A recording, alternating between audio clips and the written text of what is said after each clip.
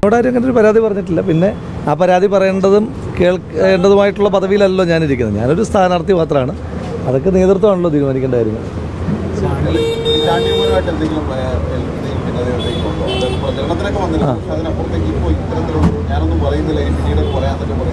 അല്ല, എനിക്ക് അദ്ദേഹത്തോട് യാതൊരു ഭിന്നതയില്ല.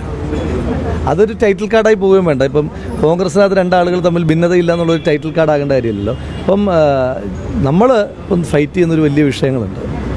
ഇപ്പം വൈദ്യുതി ചാർജ് വർധനവ് മുൻപെങ്കും കേട്ടുകേൾവിയില്ലാത്ത രീതിയിൽ അങ്ങേയറ്റം അശാസ്ത്രീയമായി ജനങ്ങളെ ശാസ്ത്രീയമായി ദ്രോഹിക്കുവാൻ വേണ്ടിയിട്ട് വൈദ്യുതി ചാർജ് വർധനമുണ്ട്. അതടക്കമുള്ള പ്രധാനപ്പെട്ട വിഷയങ്ങളുമായിട്ട് കോൺഗ്രസ്, യൂത്ത് കോൺഗ്രസും ഒക്കെ സമരരംഗത്താണ്. നമ്മൾ ആ സമരങ്ങളുമായിട്ട് ബന്ധപ്പെട്ടിട്ട് മുന്നോട്ട് പോവുകയാണ്. അപ്പോൾ അതുകൊണ്ടാണ് ഞാൻ പറഞ്ഞത്, കോൺഗ്രസിനകത്ത് ഏതെങ്കിലും നേതാക്കന്മാർ തമ്മിൽ ഭിന്നതയില്ല എന്നുള്ളതല്ല ടൈറ്റിൽ കാർഡ് ആകേണ്ടത്. ടൈറ്റിൽ കാർഡ് ആകേണ്ടത് ജനവിരുദ്ധ സർക്കാരിനെതിരായിട്ട് ജനങ്ങളെ അണിനിരത്തിക്കൊണ്ടുള്ള ബഹുജന പ്രക്ഷോഭങ്ങളുമായിട്ട് കോൺഗ്രസ്, യൂത്ത് കോൺഗ്രസും ഒക്കെ മുന്നോട്ട് പോകുന്നു.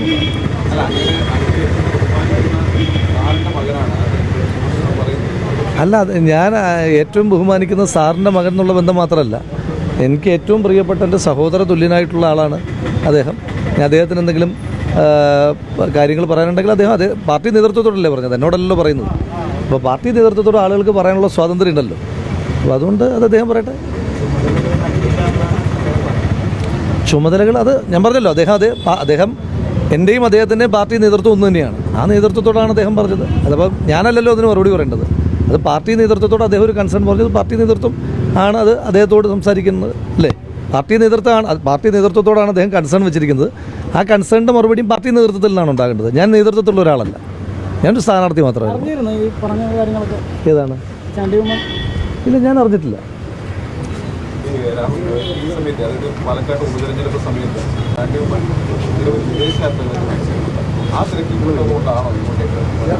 അങ്ങനെയൊന്നുമല്ല. അദ്ദേഹം ഇവിടെ അദ്ദേഹത്തിൻ്റെ പ്രസൻസ് പാലക്കാട് ഉണ്ടായിരുന്നു. അദ്ദേഹത്തിൻ്റെ പ്രസൻസ് വളരെ ഗുണപരമായി തന്നെ പാലക്കാട് ഉണ്ടായിരുന്നു. ആദ്യ ദിവസങ്ങളിൽ തന്നെ ഇപ്പം തെരഞ്ഞെടുപ്പിൻ്റെ കൺവെൻഷനിൽ തന്നെ അദ്ദേഹത്തിൻ്റെ സാന്നിധ്യം ഇവിടെ ഉണ്ടായിരുന്നു.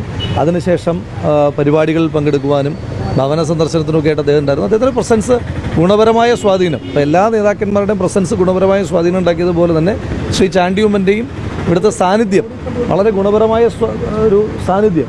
ആ 18,840 വോട്ടിൻ്റെ ഭൂരിപക്ഷത്തിൽ അദ്ദേഹത്തിൻ്റെ സംഭാവനയുണ്ട്. സാന്നിധ്യം കുറവായിരുന്നു. അല്ല, ഒരു ഉപതെരഞ്ഞെടുപ്പ് നടക്കുമ്പോൾ നമ്മൾ താരതമ്യപ്പെടുത്തുന്നത് ഇപ്പോൾ പുതുപ്പള്ളിയും തൃക്കാക്കരയും ഒക്കെ ആയിട്ടാണ്. പുതുപ്പള്ളിയും തൃക്കാക്കരയും ഉപതെരഞ്ഞെടുപ്പ് നടക്കുമ്പോൾ പ്രത്യേകത, പുതുപ്പള്ളിയിലും തൃക്കാക്കരയിലും മാത്രമാണ് തെരഞ്ഞെടുപ്പ് നടക്കുന്നത്. പക്ഷേ പാലക്കാട് ബൈ ഇലക്ഷൻ്റെ പ്രത്യേകത, പാലക്കാട് ബൈ ഇലക്ഷനിൽ നടക്കുന്ന സമയത്ത് തന്നെ വയനാട് ശ്രീമതി പ്രിയങ്ക ഗാന്ധി മത്സരിക്കുന്ന, അത് ശ്രീമതി പ്രിയങ്ക ഗാന്ധിയുടെ ആദ്യത്തെ മത്സരമാണ്. ആദ്യത്തെ മത്സരം എന്ന് പറയുന്ന ഒരു വലിയ മത്സരം അപ്പുറത്ത് നടക്കുന്നു, ചേലക്കരയിൽ നടക്കുന്നു.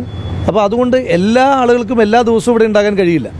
ശ്രീ ചാണ്ടി ഉമ്മൻ അദ്ദേഹം എല്ലാ സ്ഥലങ്ങളിലും വളരെ സജീവമായി പോയി. വയനാട്ടിൽ അദ്ദേഹം വളരെ സജീവമായിരുന്നു. അദ്ദേഹം ചേലക്കരയിൽ വളരെ സജീവമായിട്ടുണ്ടായിരുന്നു.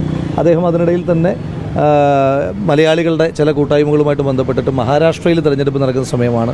മഹാരാഷ്ട്ര തിരഞ്ഞെടുപ്പിൽ സജീവമായിരുന്നു. അത് എല്ലാ തിരഞ്ഞെടുപ്പിലും വളരെ സജീവമായിട്ടുള്ള ഒരാളാണല്ലോ ശ്രീ ചാണ്ടി ഉമ്മൻ. അപ്പോൾ അദ്ദേഹത്തിൻ്റെ ഒരു സാന്നിധ്യം ഇപ്പം നമുക്ക് ജനങ്ങൾക്ക് വലിയ ഇഷ്ടമുള്ള നേതാക്കന്മാരുണ്ട്. ആ നേതാക്കന്മാർ എല്ലാ ദിവസവും ആ മണ്ഡലത്തിൽ വരണമെന്നില്ല. ആ മണ്ഡലത്തിൽ അവർ വരുന്ന ദിവസങ്ങളിൽ തന്നെ അതിൻ്റെ ഒരു സ്വാധീനം ബാക്കി ദിവസങ്ങളിലേക്ക് ഉണ്ടാകുമല്ലോ, സ്വാഭാവികമായിട്ടും.